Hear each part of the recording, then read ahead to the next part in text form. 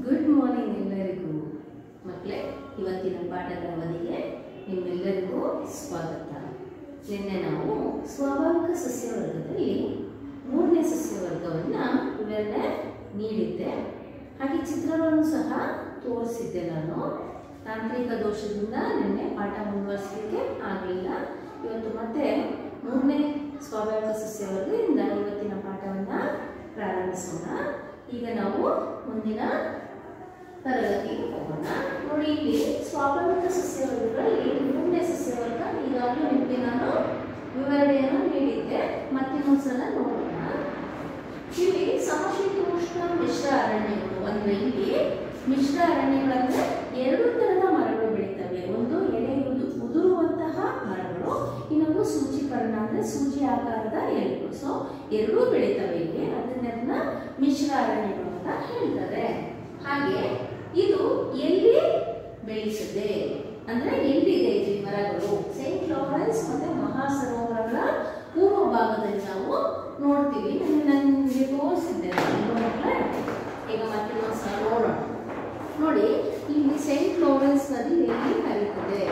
ನೋಡಿ, ಇದು Saint Lawrence ನದಿ. ಇದು ಕಾಣ್ತದ ನಿಮಗೆ? ನೋಡಿ, ಈ ಭಾಗ ನೋಡಿ, ಇಲ್ಲಿ ಬ್ಲೂ ಭಾಗ ಕೊಟ್ಟಿದ್ದಾರಲ್ಲ ಮಕ್ಕಳೇ, ಕಾಣಿಸ್ತದ? ಎಸ್, ಇದು ಸೈಂಟ್ ಲಾರೆನ್ಸ್ ನದಿ. ಮತ್ತೆ ಇಲ್ಲಿ ಪಂಚಮಹಾಸರೋವರಗಳು ಕಾಣ್ತಿದ್ಯಾ? ಈ ಪಂಚಮಹಾಸರೋವರಗಳ ಪೂರ್ವ ಭಾಗದಲ್ಲಿ ನಾವು ಈ ಒಂದು ಕಾಡುಗಳು ಮಿಶ್ರ ಅರಣ್ಯಗಳನ್ನ ನಾವು ನೋಡ್ತೀವಿ. ಹಾಗೆ ಇಲ್ಲಿಯ ಉಷ್ಣಾಂಶ ಯಾವ ತರ ಇದೆ? ಇಲ್ಲಿ ನೋಡಿ ಮಕ್ಕಳೇ, ಉತ್ತರ ಭಾಗ ತುಂಬಾ ಶೀತವಾಗಿದ್ದು ದಕ್ಷಿಣ ಭಾಗ ಬೆಚ್ಚಗಿನ ಹವಾಮಾನವನ್ನ ಹೊಂದಿದೆ. ಮತ್ತೆ ಇಲ್ಲಿ ಮಳೆ ಸಾಮಾನ್ಯವಾಗಿ ಮಳೆ ಬರ್ತಾನೆ ಇರುತ್ತೆ. ಕಾಡುಗಳು ಹೆಚ್ಚು, ಇಲ್ಲಿ ಕಾಡುಗಳು ಹೆಚ್ಚಾಗಿರುವಂತಹ ಪ್ರದೇಶಗಳಲ್ಲಿ ಮಳೆ ಸಾಮಾನ್ಯವಾಗಿರುತ್ತೆ. ಮತ್ತೆ ಮರದ ಎಲೆಗಳು ನಿರ್ದಿಷ್ಟ ಅವಧಿಯಲ್ಲಿ ಏನಾಗುತ್ತೆ? ಉದುರೋಗುತ್ತೆ ಅಲ್ವಾ? ಅದರಿಂದಲೇ ಅದು ವಿಶಿಷ್ಟವಾದಂತಹ ಗುಣ ಹೊಂದಿರುವಂತಹ ಮರಗಳು. ಹಾಗಾಗಿ ಇಲ್ಲಿ ಬೆಳೆಯುವಂತಹ ಮರಗಳು ಯಾವುವು? ಇಲ್ಲಿ ಬೆಳೆಯುವ ಮರಗಳು Cyprus, oak, ಆಶ್, chestnut, beach, ಬರ್ಚ್, maple. So ಇನ್ನು ಬೇಕಾದಷ್ಟು ಮರಗಳಲ್ಲಿ ಬೆಳೀತದೆ.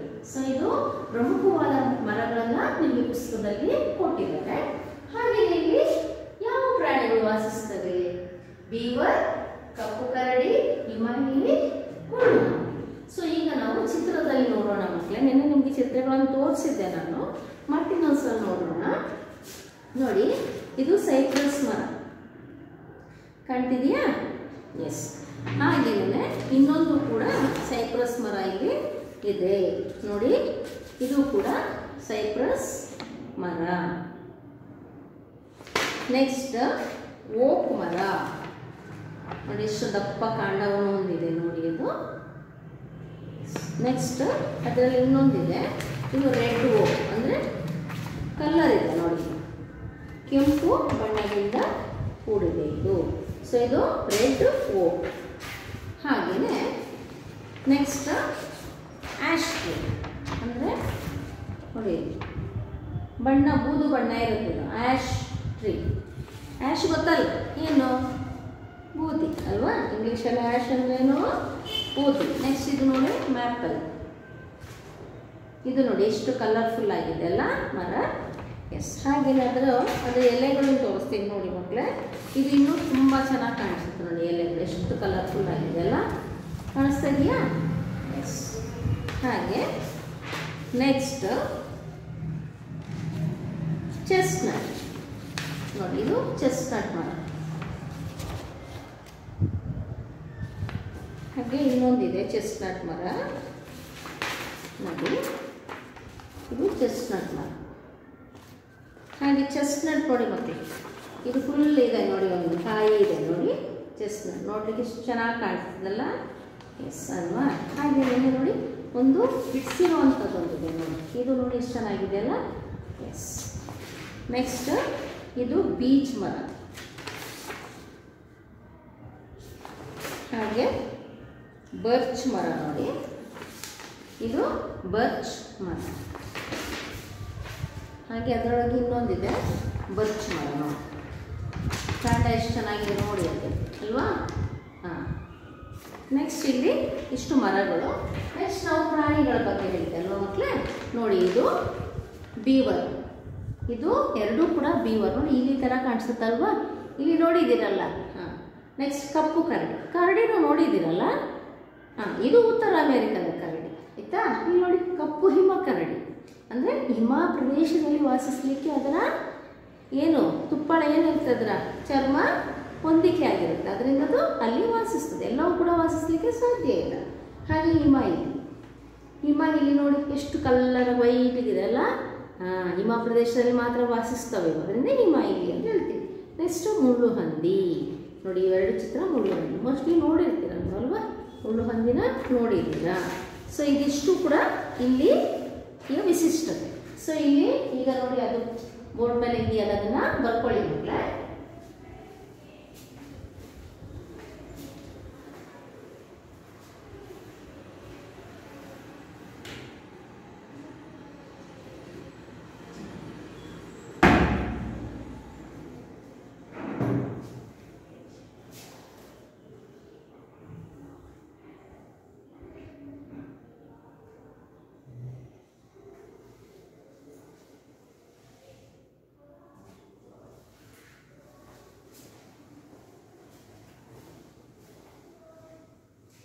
ನೆಕ್ಸ್ಟ್ ನಾವು 4ನೆಯ ಸ್ವಾಭಾವಿಕ ಸಸ್ಯವರ್ಗ ನೋಡೋಣ.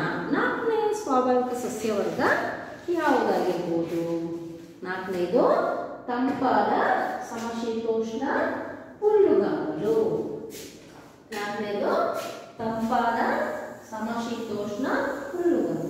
ನೋಡೋಣ ಇಲ್ಲಿ ಯಾವ ತರಹ ಬೆಳೆಯನ್ನು ಬೆಳೀತಾರೆ. ಹುಲ್ಲುಗಾವಲು ಏನು ಹೆಸರಿದೆ ಇದಕ್ಕೆ ಅನ್ನೋದನ್ನು ನೋಡೋಣ. ಪ್ರೈರೀಸ್ ಅಂತ ಹೆಸರು ಕೇಳಿದೆಯಲ್ಲ ಮಕ್ಕಳೇ. ತಂಪಾದ ಸಮಶೀತೋಷ್ಣ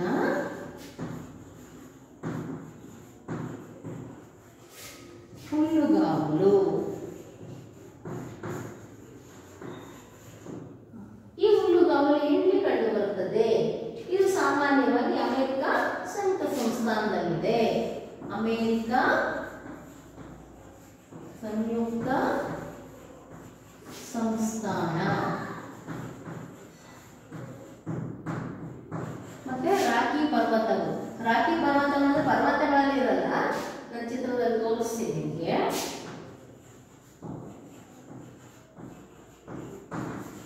ಮತ್ತು ನದಿ ಬಯಲುಗಳು. ನದಿ ಬಯಲು ಅಂದ್ರೆ ಯಾವ್ದಿರ್ಬೋದು? ಮಿಸಿಸಿಪ್ಪಿ ಮತ್ತು ಮಿಸ್ಸೋರಿ. ಮಿಸಿಸಿಪ್ಪಿ, ಮಿಸ್ಸೋರಿ ಬಯಲು ಪ್ರದೇಶದಲ್ಲಿ ನಾವು ನೋಡ್ತೀವಿ. ಇದಕ್ಕೆ ಇನ್ನೊಂದು ಹೆಸರಿದೆ ಮಕ್ಕಳೇ, ಶಾರ್ಟ್ ಆಗಿ ಹೇಳ್ತಾರೆ. ಅಮೆರಿಕ ಸಂಯುಕ್ತ ಸಂಸ್ಥಾನ ಅಂದ್ರೆ USA, ಅಂದ್ರೆ ಯುನೈಟೆಡ್ ಸ್ಟೇಟ್ಸ್ ಆಫ್ ಅಮೆರಿಕಾ. ಈಗ ನೋಡೋಣ ನಮ್ಮ ಭೂಪಟದಲ್ಲಿ. ಇಲ್ಲಿ ಭೂಪಟದಲ್ಲಿ ನೋಡಿ ಮಕ್ಕಳು, ಈ ಬೋರ್ಡಲ್ಲಿ ನಿಮಗೆ ತೋರಿಸಿದ್ರೆ ತುಂಬ ದೂರ ಆಗುತ್ತೆ, ಹಾಗಾಗಿ ಹತ್ತಿರ ತೋರಿಸ್ತೀವಿ. ಸೊ ನೋಡ್ಕೊಳ್ಳಿ, ನಿಮ್ಮ ಟೆಕ್ಸ್ಟ್ ಬುಕ್ ನೋಡಿಕೊಂಡ್ರೆ ನಿಮಗೆ ಗೊತ್ತಾಗುತ್ತೆ. ನೋಡಿ ನಾನು ಅಮೆರಿಕ ಸಂಯುಕ್ತ ಸಂಸ್ಥಾನನೇ ಇದು ನೋಡಿ ಪೂರ್ತಿ ಇದು ಇಷ್ಟು ಭಾಗ ಏನಿದು, ಇದಿಷ್ಟು ಅಮೆರಿಕ ಸಂಯುಕ್ತ ಸಂಸ್ಥಾನನೇ. ಆದರೆ ಅಮೆರಿಕ ಸಂಯುಕ್ತ ಸಂಸ್ಥಾನದಲ್ಲಿ ಇಷ್ಟು ಭಾಗ ಇದೆಯಲ್ಲ ಮಕ್ಕಳು, ಈ ಭಾಗ ಮತ್ತು ಇಲ್ಲಿ ಈ ಭಾಗದಲ್ಲಿ ಮತ್ತೆ ರಾಕಿ ಪರ್ವತದ ಅಂಚು ನೋಡಿ, ಈ ಭಾಗ ಇದು ರಾಕಿ ಪರ್ವತಗಳಲ್ವಾ, ಕಲ್ಲರ್ ನೋಡಿ ಈ ಭಾಗ ಇದೆ ನೋಡಿ, ಇಲ್ಲಿ ಕೊಟ್ಟಿದ್ದಾರೆ ಏನು ಬೃಹತ್ ಮೈದಾನ, ಅಂದರೆ ಹುಲ್ಲುಗಾವಲು ಬೆಳೆಯುವಂತಹ ಪ್ರದೇಶ ಇದು. ಸೊ ಈ ಪ್ರದೇಶದಲ್ಲಿ ಹೆಚ್ಚಾಗಿ ಏನು ಬೆಳೀತಾರೆ? ಹುಲ್ಲುಗಾವಲು ಬೆಳೀತಾರೆ, ಅಂದರೆ ಹುಲ್ಲು ಬೆಳೀತಾರೆ. ಏನು ಬೆಳೀತಾರೆ ನೋಡೋಣ ನೆಕ್ಸ್ಟ್. ಹಾಗೇನೇ ಮಿಸಿಸಿಪ್ಪಿ ಮತ್ತೆ ನೋಡಿ ಮಿಸಿಸಿಪ್ಪಿ ನದಿ ಹಾಗೆ ಮಿಸ್ಸೋರಿ ನದಿ, ಇವೆರಡು ನದಿಗಳು. ನೋಡಿ ಪಾತ್ರಗಳು ನೋಡಿ, ನದಿಗಳು ಹರಿಯುವ ಪಾತ್ರಗಳು ಸಣ್ಣ ಸಣ್ಣ ಗೆರೆಗಳನ್ನು ಹಾಕಿದಾರಲ್ವ ಮಕ್ಕಳೇ. ಸೊ ನದಿಗಳನ್ನು ಗೆರೆಯಲ್ಲಿ ಸೂಚಿಸಿದ್ದಾರೆ, ಅಂದರೆ ವಕ್ರ ಗೆರೆಯಲ್ಲಿ ಸೂಚಿಸಿದ್ದಾರೆ. ಸೊ ಈ ಪ್ರದೇಶದಲ್ಲಿ ಏನನ್ನು ಬೆಳೀತಾರೆ? ಹುಲ್ಲುಗಾವಲು, ಅಂದರೆ ಹುಲ್ಲನ್ನು ಬೆಳೀತಾರೆ. ಏನು ಹುಲ್ಲುಗಾವಲು ಬೆಳೀತಾರೆ ನೋಡೋಣ. ಈಗ ಒಂದು ಚಿತ್ರ ಇದೆ ನೋಡಿ, ಇದು ಪ್ರೈರೀಸ್ ಹುಲ್ಲುಗಾವಲು. ಇಲ್ಲಿ ನಿಮಗೆ ಚಿತ್ರ ಕಾಣ್ತದಲ್ಲ, ಇಲ್ಲಿ ನೋಡಿ, ಇದು ಏನಿದು? ಗೋಧಿ ಬೆಳೆ. ನೋಡಿ, ಇದು ಹಸಿರಾಗಿದೆ ಅಲ್ವಾ ಮಕ್ಕಳೇ? ಇದೇನಾಗಿದೆ? ಜಾಸ್ತಿ ಬಲ್ತಿದೆ ಅಂದರೆ ಏನು? ಕಟಾವಿಗೆ ಬಂದಿದೆ ಅಲ್ವಾ? ಸೊ 2 ಚಿತ್ರಗಳು ನಿಮಗೆ ತೋರಿಸಿದ್ದೀವಿ. ಸೊ ಇಲ್ಲಿ ಏನು ಬೆಳೀತದೆ ಅಂತ ನೋಡೋಣ. ಈ ಹುಲ್ಲುಗಾವಲಲ್ಲಿ ಏನು ಬೆಳೆಸ್ತಾರೆ ನೋಡಿ? ಇದು ಬಾರ್ಲಿ ಕಾಣಿಸ್ತಿದೆಯಾ? ಗೋಧಿ ಥರನೇ ಇರುತ್ತೆ ನೋಡೋಕ್ಕೆ. ಹಾಗೇನೇ ಇದೇನಿದು? ಗೋಧಿ. ಹಾಗೆ ಮೆಕ್ಕೆಜೋಳ. ಹೆಚ್ಚು ಕಡಿಮೆ ಗೋಧಿ ಮತ್ತು ಮೆಕ್ಕೆಜೋಳ ನೀವು ನೋಡಿದ್ದೀರಾ, ಬಾರ್ಲಿನೂ ನೋಡಿರ್ತೀರಾ. ಹಾಗೆ ನೆಕ್ಸ್ಟ್ ಇನ್ನೊಂದಿದೆ ನೋಡಿ, ಇದು ಓಟ್ಸ್. ನೋಡಿ, ಇದು ಓಟ್ಸ್ ಕಾಳು ಕಾಣ್ತಿದೆಯಾ ನಿಮಗೆ? ಇದು ನೋಡಿ ಓಟ್ಸ್, ಪೂರ್ತಿ ಕಾಳು. ಇದು ಸಹ ಗೋಧಿ ಥರನೇ ಇರುತ್ತೆ. ಅದರಂತ ಇಲ್ಲಿ ಚಿತ್ರ ಇಟ್ಟು ತೋರಿಸ್ತೀನಿ ನೋಡಿ ಮಕ್ಕಳೇ. ನೋಡಿ, ಇದೇನಿದು? ಗೋಧಿ. ಎಲ್ರಿಗೂ ಗೊತ್ತಲ್ವಾ? ಎಲ್ಲರೂ ನೋಡಿರ್ತೀರಲ್ಲ, ಇದು ಗೋಧಿ. ನೆಕ್ಸ್ಟ್ ಮೆಕ್ಕೆಜೋಳ. ಏನು ಮಾಡ್ತಾರೆ? ಪಾಪ್ಕಾರ್ನ್ ಮಾಡ್ಕೊಂಡು ತಿಂತಾರಲ್ಲ? ಎಸ್, ನೋಡಿ. ಮತ್ತೆ ಹಸಿದು ತಿಂತಾರಲ್ವಾ? ಬೇಯಿಸಿ ಹುರಿದು ತಿಂತಾರಲ್ಲ? ರೋಡ್ ಸೈಡಲ್ಲೆಲ್ಲ ತಿಂದಿದ್ದೀರಲ್ವಾ? ಎಸ್. ನೆಕ್ಸ್ಟ್ ಇದೇನಿದು? ಬಾರ್ಲಿ. ಇದು ಸಹ ಗೋಧಿ ಥರ ಇದೆ, ಬಟ್ ಇದೇನಿದೆ? ಕಲರ್ ನೋಡಿ ಸ್ವಲ್ಪ ವೈಟ್ ಕಾಣ್ತಿದೆ ಅಲ್ವಾ? ನೆಕ್ಸ್ಟ್ ಇನ್ನೊಂದು ಟೈಪ್ ಜೋಳ ಇದೆ ನೋಡಿ, ಇದು ಸಣ್ಣ ಜೋಳ ಅಲ್ವಾ? ರೊಟ್ಟಿ ಎಲ್ಲ ಮಾಡ್ತಾರಲ್ಲ, ನೋಡಿದ್ದೀರಲ್ಲ? ರೊಟ್ಟಿ ತಿಂದಿದ್ದೀರಲ್ಲ? ಎಸ್.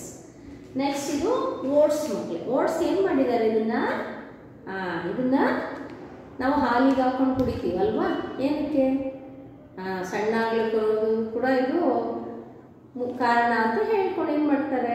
ಹೆಚ್ಚು ಜನ ಇದನ್ನು ಉಪಯೋಗಿಸ್ತಾರಲ್ವ? ಹಾಲೆಲ್ಲ ಹಾಕೊಂಡು ಕುಡಿಯೋದು ಮಾಡ್ತಾರೆ. ಓಟ್ಸ್ ಅಂದರೆ ಡಯಟ್ ಮಾಡೋರು ಇದನ್ನ ಉಪಯೋಗಿಸ್ತಾರೆ. ಸೊ ಈಗ ನೀವು ಇಷ್ಟನ್ನು ನೋಡಿದ್ರಲ್ವ ಮಕ್ಕಳೇ? ಈಗ ನೋಡಿ, ಜೋಳ. ಇದು 2 ಥರದ ಜೋಳ. ಇದು ಮೆಕ್ಕೆಜೋಳ, ಇದು ಸಾಮಾನ್ಯ ಮಾಮೂಲಿ ಜೋಳ. ಹಾಗೆ ಇದು ಗೋಧಿ, ಹಾಗೆ ಇದು ಬಾರ್ಲಿ, ಇದು ಓಟ್ಸ್. ನೋಡಿ, ಇಷ್ಟನ್ನು ಕೂಡ ಇಲ್ಲಿ ಬೆಳೀತಿದ್ದು ಆಹಾರದ ಬೆಳೆಗಳು. ಇದು ಅರ್ಥ ಆಯ್ತಾ ಮಕ್ಕಳೇ ನಿಮಗೆ?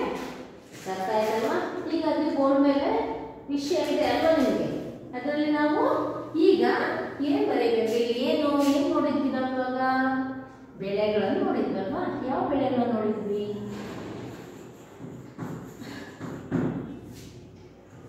ಗೋಧಿ, ಬಾರ್ಲಿ, ಮೆಕ್ಕೆಜೋಳ, ಓಟ್ಸ್. ನೋಡಿ, ಈಗ ಚಿತ್ರದಲ್ಲೂ ತೋರಿಸಿದ್ವಿ ಅಲ್ವಾ? ಹಾಗೆಯೇ ಕಾಳುಗಳನ್ನು ನಿಮಗೆ ತೋರಿಸಿದ್ವಿ, ಹೌದಾನೆ? ಎಲ್ರಿಗೂ ಅರ್ಥ ಆಯ್ತು ಅಂತ ನಾನು ಅಂದ್ಕೊಳ್ತೀನಿ. ಹಾಗಾದ್ರೆ ಇದನ್ನ ನಾವು ಹುಲ್ಲುಗಾವಲು ಅಂತ ಹೇಳ್ತೀವಲ್ವಾ? ಹಾಗಾದ್ರೆ ಹೆಚ್ಚಿಗೆ ಏನು ಬೆಳೀತಾರೆ? ಗೋಧಿಯನ್ನು ಹೆಚ್ಚಾಗಿ ಬೆಳೀತಾರೆ. ಹಾಗಾದ್ರೆ ಇಲ್ಲಿಯ ಪ್ರಮುಖ ಉದ್ಯೋಗ ಏನಾಗಿರ್ಬೋದು? ಕೃಷಿಯ ಜೊತೆಗೆ ಪಶುಸಂಗೋಪನೆ. ಅಂದ್ರೆ ಇಲ್ಲಿ ಕೃಷಿಯ ಜೊತೆಗೆ ಪ್ರಾಣಿಗಳನ್ನು ಕೂಡ ಸಾಕ್ತಾರೆ. ಯಾವ ಪ್ರಾಣಿಗಳನ್ನು ಸಾಕ್ತಾರೆ? ಹಸು, ಕುರಿ, ಹಂದಿ ಮತ್ತೆ ಕೋಳಿಗಳನ್ನು ಸಹ ಇಲ್ಲಿ ಸಾಕ್ತಾರೆ. ಗೊತ್ತಾಯ್ತಲ್ವಾ? ಹಾಗಾದ್ರೆ ಇಲ್ಲಿ ಇದನ್ನ ಏನಂತ ಕರೀತಾರೆ? ಪ್ರೈರಿಸ್ ಹುಲ್ಲುಗಾವಲು. ಇದು ಹುಲ್ಲುಗಾವಲು ಅಂದ್ರೆ ಯಾವ ಮರಗಳು ಇರಲ್ಲ ಮಕ್ಕಳೇ, ಅಂದ್ರೆ ವಿಶಾಲ ವೃಕ್ಷರಹಿತ ಮರಗಳು ಅಂತ ನಾವು ಹೇಳ್ತೀವಿ. ಅಂದ್ರೆ ಅಲ್ಲಿ ಮರಗಳಿರೋದಿಲ್ಲ, ಬರೀ ಹುಲ್ಲೇ ಇರುತ್ತೆ. ಅಂದ್ರೆ ಬರೀ ಬೆಳೆಗಳನ್ನು ಮಾತ್ರ ಅಲ್ಲಿ ಬೆಳೀತಾರೆ. ಅದ್ರ ಜೊತೆಗೆ ಪಶುಗಳನ್ನು ಕೂಡ ಸಾಕ್ತಾರೆ. ಹಾಗಾದ್ರೆ ಇದನ್ನ ಇಲ್ಲಿ ವ್ಯವಸಾಯ, ಮುಖ್ಯ ವ್ಯವಸಾಯ ಏನು?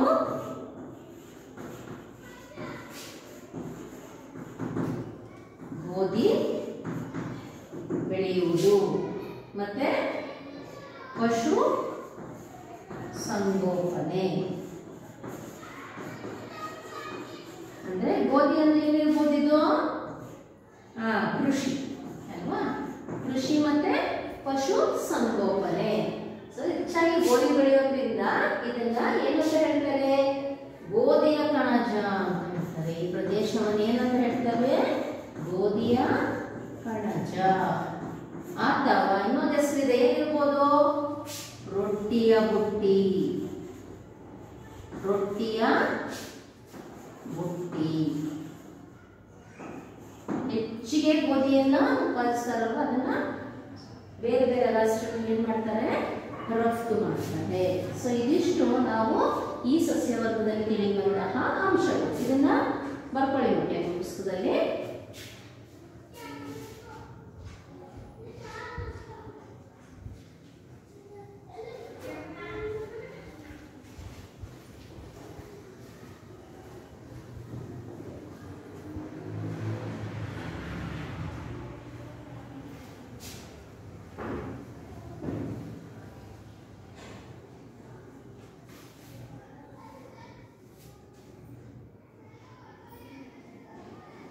ನೆಕ್ಸ್ಟ್ ನಾವು 5ನೇದು ನೋಡೋಣ ಮಕ್ಕಳೇ. 5ನೇದು ಮೆಡಿಟರೇನಿಯನ್ ಅರಣ್ಯಗಳು.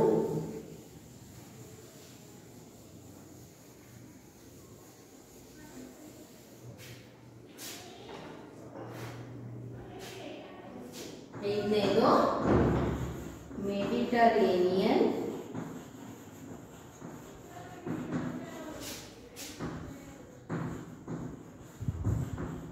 ಅರಣ್ಯಗಳು.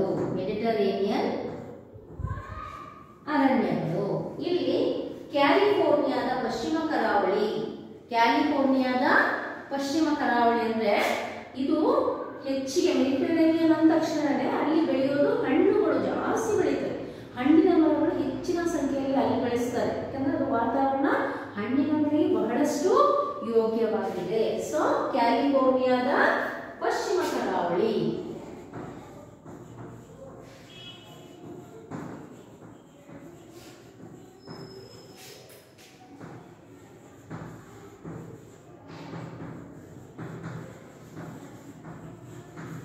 ಪಶ್ಚಿಮ ಕರಾವಳಿ. ಹಾಗೆ ಇಲ್ಲಿ ದೀರ್ಘ ಬೇಸಿಗೆ ಪರಿಸ್ಥಿತಿಗೆ ಹೊಂದಿಕೊಳ್ಳುವಂತಹ ಮರಗಳು ಇರುತ್ತವೆ. ದೀರ್ಘ ಬೇಸಿಗೆ ಕಾಲ ಅಂದ್ರೆ ತುಂಬಾ ಸೆಕೆ ಅಂದ್ರೆ ತುಂಬಾ ಸುಡುವಂತಹ ಶಾಖ ಇದ್ರೂ ಕೂಡ ಬೆಳೆಯುವಂತಹ ಮರಗಳ ಸಸ್ಯವರ್ಗಗಳನ್ನು ನಾವಿಲ್ಲಿ ನೋಡ್ತೀವಿ. ನೈಜವಾಗಿ ಅದು ಬರ ಪರಿಸ್ಥಿತಿಗೂ ಸಹ ಏನಾಗುತ್ತೆ, ಹೊಂದಾಣಿಕೆ ಆಗುವಂಥದ್ದು. ಬರ ಪರಿಸ್ಥಿತಿ, ಬರ ಬಂದ್ರೂ ಕೂಡ ಅಂದ್ರೆ ನೀರಿಲ್ಲದಿದ್ರೂ ಕೂಡ ಏನಾಗ್ತವೆ, ಆ ಮರಗಳು ಸಹಜವಾದ ಸ್ಥಿತಿಯಲ್ಲಿ ಬೆಳೆಯುತ್ತವೆ, ಅಂದ್ರೆ ಸಹಜ ಸ್ಥಿತಿಯಲ್ಲಿ ಇರ್ತವೆ. ಹಾಗಾದ್ರೆ ಇಲ್ಲಿ ಈ ಸಹಜ ಸ್ಥಿತಿಗೆ ಅಂದ್ರೆ ದೀರ್ಘ ಬೇಸಿಗೆಯನ್ನು ಕೂಡ ಬೇಸಿಗೆಯಲ್ಲೂ ಸಹ ಸಹಜ ಸ್ಥಿತಿಯಲ್ಲಿರುವಂತಹ ಮರಗಳು, ಯಾವ ಮರಗಳು ಬೆಳೆಯಬಹುದು ಅನ್ನೋದನ್ನ ನಾವು ನೋಡೋಣ. ಇಲ್ಲಿ ಬೆಳೆಯುವಂತಹ ಮುಖ್ಯ ಮರಗಳು ಆಲಿವ್, ಓಕ್,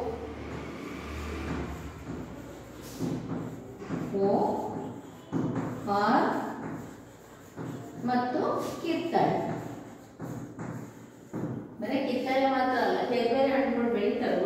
ಹುಳಿ ಜಾತಿಯ ಹಣ್ಣುಗಳು ಬೇಕಾದ್ರೆ ಬೆಳೀತವೆ. ಅದು ಮುಖ್ಯವಾಗಿ ಬೆಳೆಯುವಂತಹ ಮರಗಳು ಯಾವುದು ಅಂದಾಗ ನಾವು ಆಲಿವ್, ಓಕ್, ಕಾರ್ಕ್ ಮತ್ತೆ ಕಿತ್ತಳೆ ಅಂತ ಹೇಳಿ. ಈಗ ಚಿತ್ರ ನೋಡೋಣ ಮಕ್ಕಳೇ. ನೋಡಿ, ಇದು ಆಲಿವ್ ಮರ ಕಾಣಿಸ್ತಿದೆಯಾ ನಿಮಗೆ?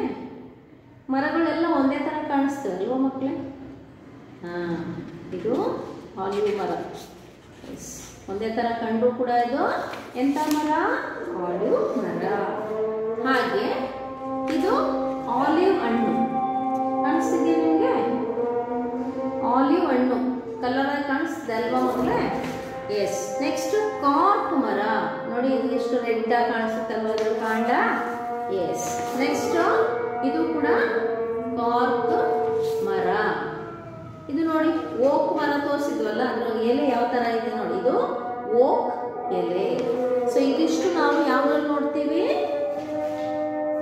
ಮೆಡಿಟರೇನಿಯನ್ ಸಸ್ಯವರ್ಗದಲ್ಲಿ ಅಥವಾ ಮೆಡಿಟರೇನಿಯನ್ ಅರಣ್ಯಗಳಲ್ಲಿ ನಾವು ಇದನ್ನ ನೋಡ್ತೀವಿ. ಇದನ್ನ ಬರ್ಕೊಳ್ಳಿ ಮಕ್ಕಳೇ.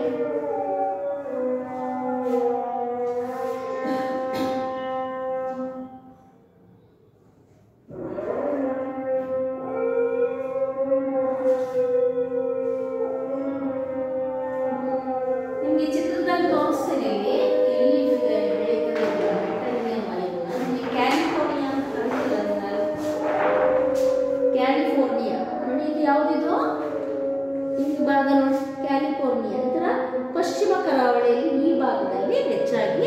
ಹಣ್ಣುಗಳನ್ನು ಮತ್ತೆ ಈ ಮರಗಳು ಬೆಳೀತವೆ. ಸೊ ಮೆಡಿಟರೇನಿಯನ್ ವಾಯುಗುಣವು ಹಣ್ಣುಗಳ ಬೆಳೆಗೆ ಬಹಳ ಪ್ರಸಿದ್ಧವಾದದ್ದು.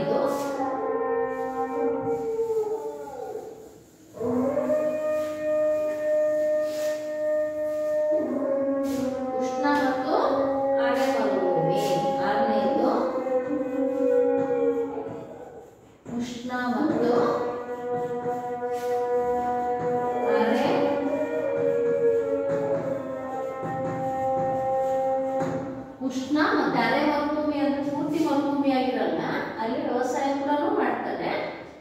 ಪೂರ್ತಿ ಮರುಭೂಮಿ ಯಾವ್ದು ಉದಾಹರಣೆ ಕೊಡಿ ನೋಡೋಣ. ಯಾವುದು ನಮ್ಮ ಭಾರತದಲ್ಲಿ ಯಾವುದು? ಥಾರ್ ಮರುಭೂಮಿ ಅಲ್ವಾ? ಥಾರ್ ಮರುಭೂಮಿಯಲ್ಲಿ ಪೂರ್ತಿ ಮರಳುಗಾಡು ಅಲ್ವಾ? ಆದ್ರೆ ಇಲ್ಲಿ ಅರೆ ಮರುಭೂಮಿ ಅಂದ್ರೆ ಪೂರ್ತಿ ಮರುಭೂಮಿ ಆಗಿರೋದಿಲ್ಲ, ಅಲ್ಲಿ ಬೆಳೆಗಳನ್ನು ಬೆಳೀತಾರೆ. ಹಾಗೆ ಬೇರೆ ಪ್ರಸ್ಥಭೂಮಿಗಳು ಸಹ ಅಲ್ಲಿ ಇರ್ತವೆ. ಒಟ್ಟಲ್ಲಿ ಇದು ಅರೆ ಮರುಭೂಮಿ ಅಂದ್ರೆ ಪೂರ್ತಿ ಮರಳುಗಾಡು ಹೊಂದಿರೋದಿಲ್ಲ. ಸೊ ನೋಡೋಣ ಇಲ್ಲಿ ಏನಿದೆ ಅಂತ. ಉಷ್ಣ ಮತ್ತೆ ಅರೆ ಮರುಭೂಮಿ, ಇದು ದಕ್ಷಿಣ ಕ್ಯಾಲಿಫೋರ್ನಿಯಾ,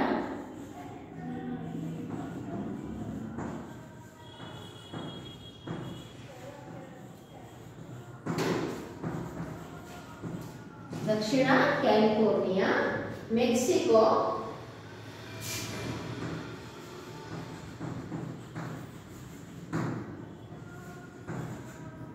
ಅರಿಜೋನಾ ಮರುಭೂಮಿ ಇಲ್ಲಿ ಕಂಡುಬರುತ್ತದೆ. ಸೊ ಇಲ್ಲಿ ನಾವು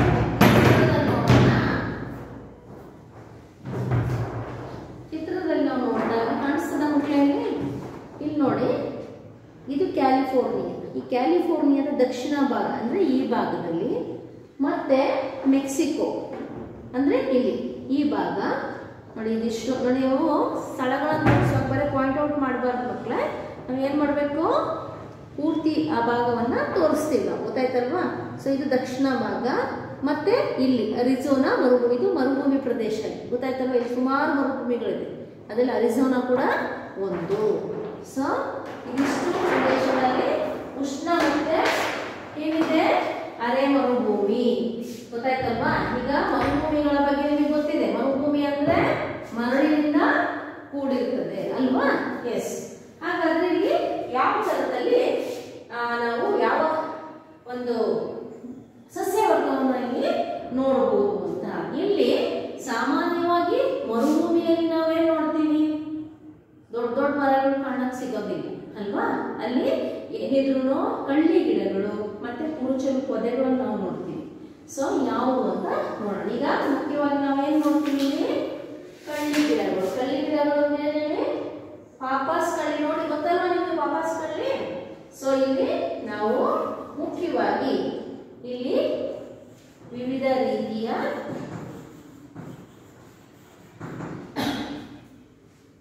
ಪಾಪಾಸ್ ಕಳ್ಳಿ,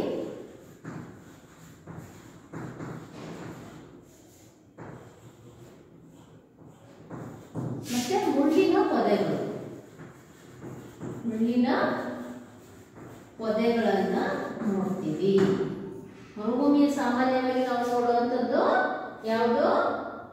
ಪಾಪಾಸು ಕಳ್ಳಿಗಳು ಮತ್ತೆ ಮುಳ್ಳಿನ ಪೊದೆಗಳು.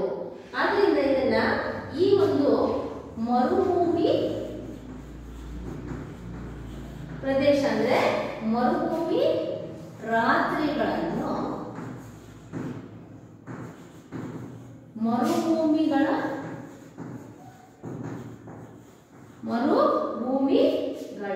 ಚಳಿಗಾಲ ಅಂತ ಕರೀತಾರೆ.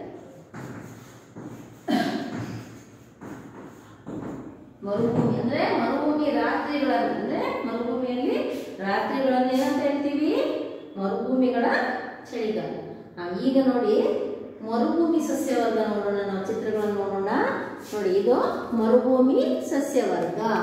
ಇಲ್ಲಿ ನಿಮಗೆ ಸುಮಾರಷ್ಟು ಕಾಣ್ತದೆ ನೋಡಿ. ನಾವು ಒಂದು ಚಿತ್ರದಲ್ಲಿ ತೋರಿಸಿದ್ದೀವಿ. ಇಲ್ಲಿ ಏನು ಪಾಪಸ್ ಕಳ್ಳಿಗಳು ಮತ್ತು ಮುಳ್ಳಿನ ಪೊದೆಗಳು, ಇಲ್ಲೆಲ್ಲ ತುಂಬ ಕಳ್ಳಿ ಗಿಡಗಳಿದೆ. ಸೊ ಈ ಚಿತ್ರದಲ್ಲಿ ನಿಮಗೆ ಕಳ್ಳಿ ಗಿಡಗಳು ಮತ್ತು ಪಾಪಸ್ ಕಳ್ಳಿ ಮತ್ತು ಮುಳ್ಳಿನ ಪೊದೆಗಳನ್ನು ತೋರಿಸಿದ್ದೀವಿ. ನೆಕ್ಸ್ಟ್ ನಾವು ನೋಡ್ತಾ ಹೋಗೋಣ ಮಕ್ಕಳೇ. ಸೊ ಇಲ್ಲಿ ನಾವು ತುಂಬ ಥರದ ಕಳ್ಳಿಗಳನ್ನು ನೋಡ್ತೀವಿ.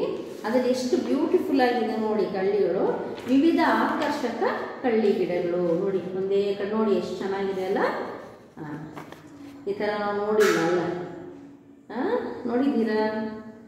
ಇಲ್ಲ ಅಲ್ವಾ? ನೋಡಿ ಇದು ಉತ್ತರ ಅಮೆರಿಕದ ಮರುಭೂಮಿಯಲ್ಲಿ ಕಾಣುವಂತಹ ಕಳ್ಳಿ ಗಿಡಗಳು ಎಷ್ಟು ಸುಂದರವಾಗಿದೆ ಅಲ್ವಾ ಮಕ್ಕಳೇ?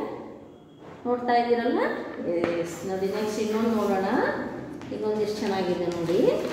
ನೋಡಿ ಎಷ್ಟು ಚೆನ್ನಾಗಿದೆ ನೋಡಿದ್ರಾ? ನೋಡಿ ಎಷ್ಟು ಚೆನ್ನಾಗಿದೆ ಅಲ್ಲ? ನೋಡಿ ಸುಂದರವಾಗಿದೆ ಅಲ್ವಾ? ಎಲ್ಲ ಕಳ್ಳಿ ಗಿಡಗಳು ಹೂ ಬಿಟ್ಟಿದೆ ಅಲ್ಲ? ನೋಡಿ ನೋಡ್ಲಿಕ್ಕೆ ಎಷ್ಟು ಚೆನ್ನಾಗಿದೆ ಅಲ್ವಾ? ನಾವೀಗ ನೋಡೇ ಇಲ್ಲ. ನರ್ಸರಿಗಳಲ್ಲಿ ಕೆಲವೊಂದ್ಸಲ ನಾವು ನೋಡ್ತೀವಲ್ವಾ?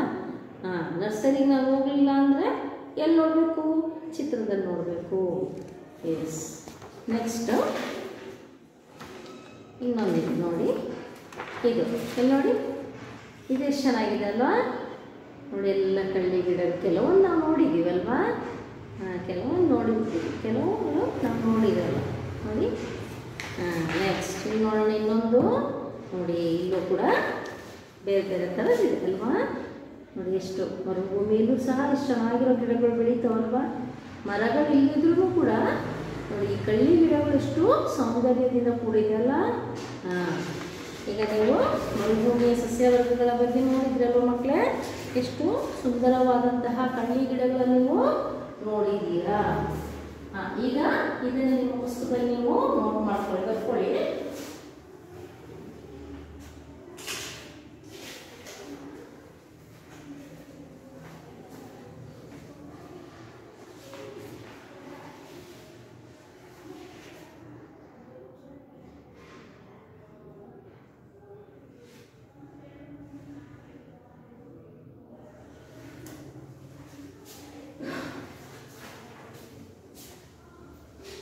ನೆಕ್ಸ್ಟ್ ಈಗ ನಾವು 7ನೇದು ಕೊನೆಯ ಸಸ್ಯವರ್ಗ ನೋಡೋಣ ಮಕ್ಕಳೇ.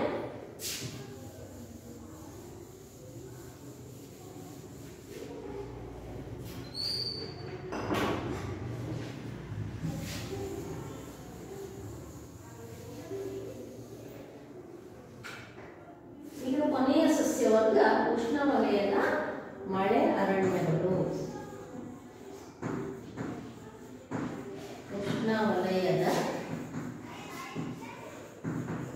ಮಳೆ ಅರಣ್ಯಗಳು. ಇಲ್ಲಿ ನಾವು ನೋಡುವಂಥದ್ದು ಇದು ಮೆಕ್ಸಿಕೋದ ದಕ್ಷಿಣ ಭಾಗ ಮತ್ತು ವೆಸ್ಟ್ ಇಂಡೀಸ್ ಅಲ್ಲಿ ಕಂಡುಬರುತ್ತದೆ.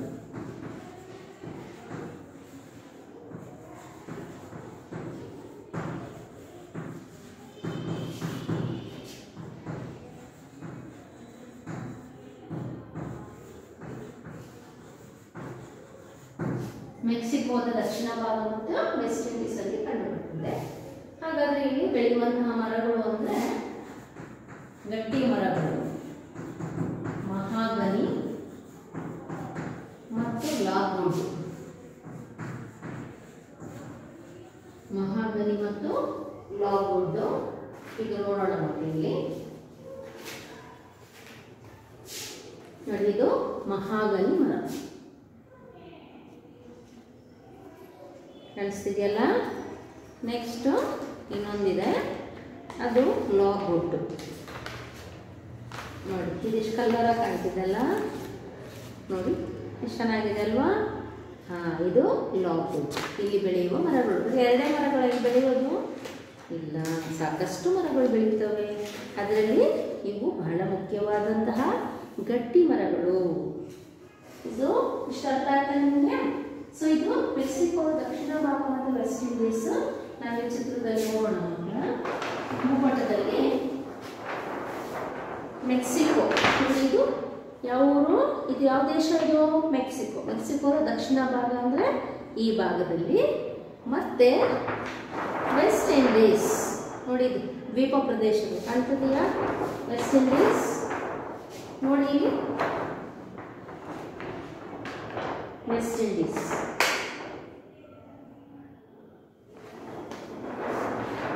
ಪುಸ್ತಕದಲ್ಲಿ ನೋಡಿ ಕಾಣಿಸುತ್ತಲ್ಲ, ನಿಮ್ಮ ಟೆಕ್ಸ್ಟ್ ಬುಕ್ಕಲ್ಲಿ ಅಲ್ಲಿ ಚಿತ್ರ ಇದೆಯಲ್ಲ ಅದನ್ನು ನೋಡಿ ಗೊತ್ತಾಗುತ್ತೆ. ಇದನ್ನು ಬರ್ಕೊಳ್ಳಿ.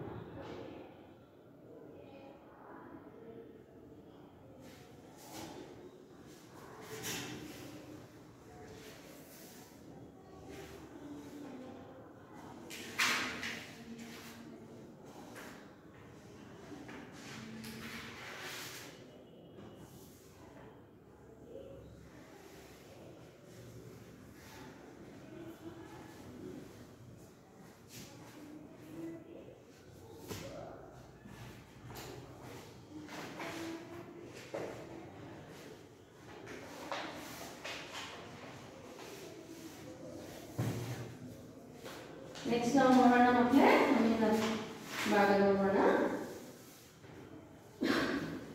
ಈಗ ನಾವು ಕೃಷಿ ನೋಡೋಣ. ಇಲ್ಲಿಗೆ ಸ್ವಾಭಾವಿಕ ಸಸ್ಯವರ್ಗಗಳು ಮುಗಿತು.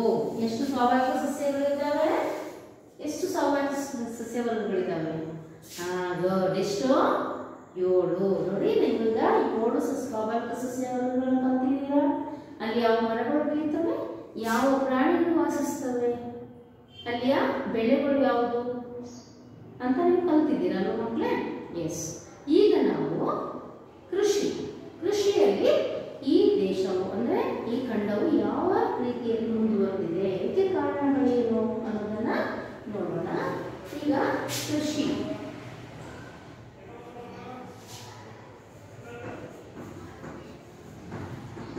ನಾನು ಈಗಾಗಲೇ ಹೇಳಿದೆ, ಇಲ್ಲಿಯ ಪ್ರಮುಖ ಕೃಷಿ, ಉತ್ತರ ಅಮೆರಿಕದ ಪ್ರಮುಖ ಕಸುಬು ಯಾವುದು?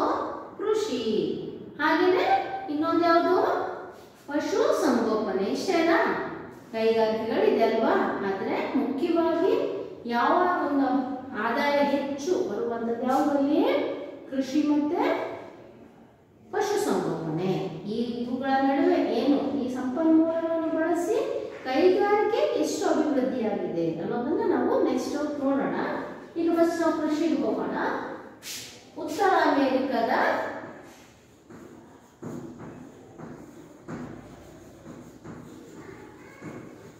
ಪ್ರಮುಖ ಕಸುಬು. ಕಸುಬು ಅಂದ್ರೆ ಏನು ಮಕ್ಕಳೇ? ಇನ್ನೊಂದು ಹೆಸರು ವೃತ್ತಿ ಅಲ್ವಾ? ಎಸ್. ಕಸುಬು ಯಾವುದು? ಕೃಷಿ. ಅಥವಾ ಇನ್ನೊಂದು ಹೆಸರಿದೆ ಕೃಷಿಗೆ, ಏನು? ವ್ಯವಸಾಯ. S, good. ನೆಕ್ಸ್ಟ್ ಪಶು ಸಂಗೋಪನೆ. ಸಂಗೋಪನೆ ಅಂದ್ರೆ ಪಶುಗಳನ್ನ ಸಾಕುವುದು. ಗೊತ್ತಾಯ್ತಲ್ಲ? ನೋಡಿ, ಇಲ್ಲಿ ಏನಾಗಿದೆ ಅಂದ್ರೆ ಕೃಷಿ ಉತ್ಪನ್ನಕ್ಕೆ ಮುಖ್ಯವಾಗಿ ಯಾವ ಪ್ರದೇಶದಲ್ಲಿ ಕೃಷಿಯನ್ನು ಹೆಚ್ಚಿಗೆ ಮಾಡ್ತಾರೆ? ಅಲ್ಲಿ ಕೆನಡಾ ಮತ್ತೆ USA. USA ಅಂದ್ರೆ ಏನು ಮಕ್ಕಳೇ? ಉತ್ತರ ಅಮೆರಿಕದ ಸಂಯುಕ್ತ ಸಂಸ್ಥಾನ ಅಥವಾ United States of America. So ಇದು ಶಾರ್ಟ್ ಆಗಿ ನಾವು ಬರ್ತೀವಿ. ಸೊ ಇಲ್ಲಿ ಹೆಚ್ಚಾಗಿ ಕೃಷಿಯನ್ನು ನೋಡ್ತೀವೋ ಮತ್ತೆ ಪಶುಸಂಗೋಪನೆ ಕೂಡ ನೋಡ್ತೀವಿ. ಇಲ್ಲಿ ಬರೇ ಎಷ್ಟು ಕೃಷಿಗೆ ಯೋಗ್ಯವಾದಂತಹ ಭೂಮಿ ಎಷ್ಟು ಗೊತ್ತಾ? ಕೃಷಿಗೆ ಯೋಗ್ಯ ಭೂಮಿ ಬರೇ 10%, 10% ಅಷ್ಟೇ. ಶೇಕಡಾದಲ್ಲಿ ಎಷ್ಟು ಪರ್ಸೆಂಟ್? 10% ಮಾತ್ರ ಕೃಷಿ. ಆದರೂ ಸಹ ಉತ್ತರ ಅಮೆರಿಕ ಎಷ್ಟು ಅಭಿವೃದ್ಧಿ ಹತ್ರ ಸಾಗಿದೆ ಅಲ್ವಾ? ಏನ್ ಕಾರಣ ಇರ್ಬೋದು ಅಲ್ವಾ? ನೋಡೋಣ ಅಲ್ಲ.